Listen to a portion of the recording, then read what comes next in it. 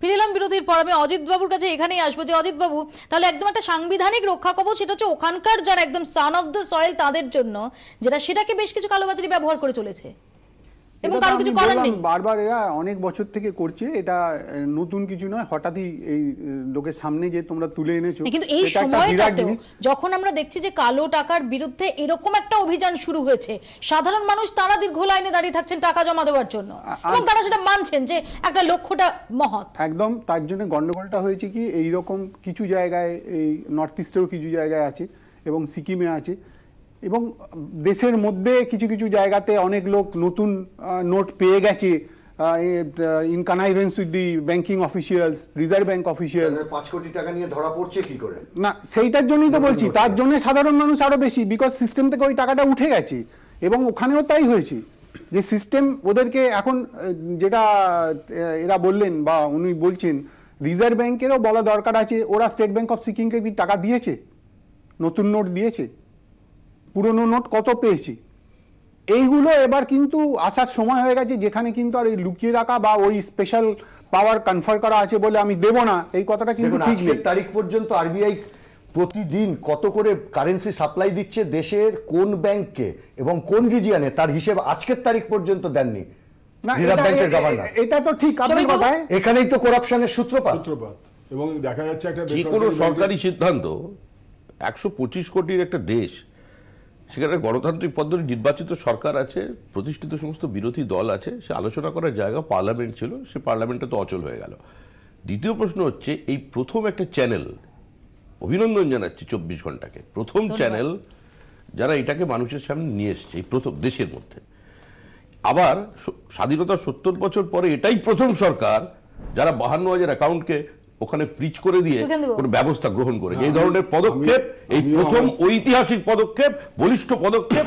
এর প্রতিবাদ হতে পারে, গণতান্ত্রিক দেশ, যে যার মতো করে প্রতিবাদ করতে পারেন, কেউ লখনৌ গিয়ে আন্দোলন করতে পারেন, পাটনায় যেতে পারেন, মঙ্গল গ্রহে পর্যন্ত যেতে পারেন, কিন্তু কোনো অবস্থাতেই ডিমনিটাইজেশনের সিদ্ধান্ত থেকে সরকার সরছে না। দলের কাছে শেয়ার ঠিক রাখতে হবে, আমাকেও রাখতে হবে। সুতরাং কথা হচ্ছে কথা হচ্ছে যা বলছে ঠিক আছে বলে আমার বক্তব্য হচ্ছে যে, প্রথম কথা তুমি যেটা প্রথমেই বলেছিলে, আমিও আমার দলের পক্ষ থেকে 24 ঘন্টাকে অভিনন্দন জানাবো যে এইরকম একটা বিষয়কে সামনে আনেছে, যেখানে তুমি শব্দটা ব্যবহার করেছো, শব্দ বন্ধ, বজ্র হাঁটুনি ফসকে গেড়ো।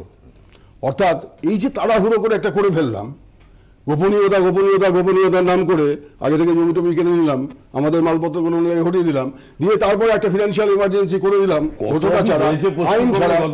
ভাই আমি বাধা দিইনি, মোরারজি দেশাই তাই কিন্তু 19 মেম্বার তখন অর্ডিন্যান্স করলেন, আইন আনলেন। এরা অর্ডিন্যান্স নেই, আইন নেই। আরবিআই অ্যাক্টের 26 সেকশন 26 কোথায় বলেছে যে তোমার অ্যাকাউন্ট, তোমার টাকা রয়েছে, ন্যায্য টাকা, তোমার পরিশ্রমের টাকা, তুমি সিলিং করে দিচ্ছে, সপ্তাহে 24,000 বেশি তুলতে পারবে না। ব্যাংকে হাত জোর করে বলছে 24,000 দিতে পারবে না, 5,000 নিয়ে যান। এইরকম একটা দুর্বিষহ যে ব্যবস্থা করলো। তার পাশাপাশি এই দৃশ্য আমরা দেখছি যে ভারতবর্ষের একটা অঙ্গরাজ্যে নির্বিচারে কালো টাকাকে সাদা করা হচ্ছে। উনি যে প্রশ্নটা তুলেছেন যে ওই ব্যাংকের কাছে নতুন নোট কত সরবরাহ করেছিল, এর জন্য সমস্ত হিসেব চাই।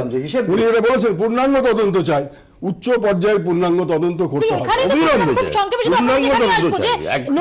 নতুন যে নির্দেশিকা হলো যে আমাকে টাকা দিতে গেলে যদি একাধিকবার ডিপোজিট করতে যাই, এখন তার একটা ঊর্ধ্বসীমা বেঁধে দেওয়া হলে এবং তার সন্দেহ প্রকাশ করতে পারে যে কেন এখন এখানে একটা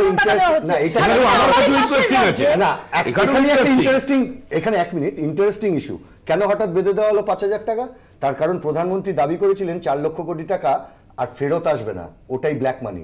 জমা পড়ে গেছে 13.5 লক্ষ কোটি টাকা। ফলে প্রধানমন্ত্রী যা দাবি করেছিলেন যে কালো টাকা উদ্ধারের কথা, আসলে তা না। দেউলিয়া ব্যাংকে আপনার আমার পকেট কেটে সেই ব্যাংকের কফার ভরানো হলো, যার 11.5 লক্ষ কোটি টাকা অ্যাকাউন্টে বিভিন্ন জায়গা থেকে মোটা অঙ্কের টাকা জমছে। এই সময় অনায়াসে কারা জমা দিচ্ছে তার তথ্যটুকু অবধি লাগছে না।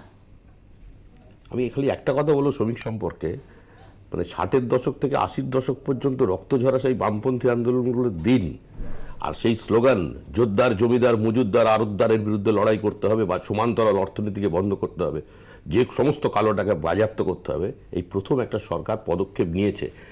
এটা হাট নয়, হাট হয়নি এখনো। টাকাটাকে অ্যাকাউন্ট ফর করা হয়েছে, এখনো পর্যন্ত অ্যাকাউন্ট ফর করা হয়েছে। মানুষের অসুবিধা হয়েছে, প্রধানমন্ত্রী বলেছেন 50 দিনের সময় মানুষ যারা সাধারণ টাকা মেরে দিল তাদের সমস্ত ব্যবস্থা ধনীদের জন্য এটা শুরু হলো খুশি লুট করতে পারো ব্যাংকে। সেদিন দুজনে দূরে ছিল মনে ইউপিএ 1 সরকারের কথা মনে নেই, কোন পদক্ষেপ নিয়েছিল? আমাদের এখানেই শেষ করতে হবে। আমি নিশ্চিত যে এই মুহূর্তে আপনারাও নিশ্চয়ই ভাবছেন, আমার মতোই ভাবছেন, যে যেখানে যেমন নোট বাতিলের সিদ্ধান্ত, সেটা নিয়ে মিশ্র প্রতিক্রিয়া রয়েছে। অনেকেই বলছেন যে কালো টাকা বন্ধ করার ক্ষেত্রে একটা পদক্ষেপ, এটা কার্যকরী পদক্ষেপ হতে পারে। কিন্তু প্রশ্ন হচ্ছে যে যখন আমি আমার ন্যায্য টাকা জমা দিতে বা তুলতে গেলে এই নিয়মগুলো কঠোর অনুশাসনের মধ্যে দিয়ে আমাদের যেতে হচ্ছে, সেখানে আমারই পড়শি রাজ্যের একটা ব্যাংকে ব্যবহার করে কোটি কোটি কালো টাকা সাদা করছে কালো টাকার কারবারিরা, এবং এগিয়ে গিয়েও পিছু হটতে হচ্ছে কেন্দ্রকে। এটার কি ব্যাখ্যা? আপাতত এই প্রশ্নটা রেখেই আমার 24 এখানে শেষ করছি। সঙ্গে থাকুন 24 ঘন্টা।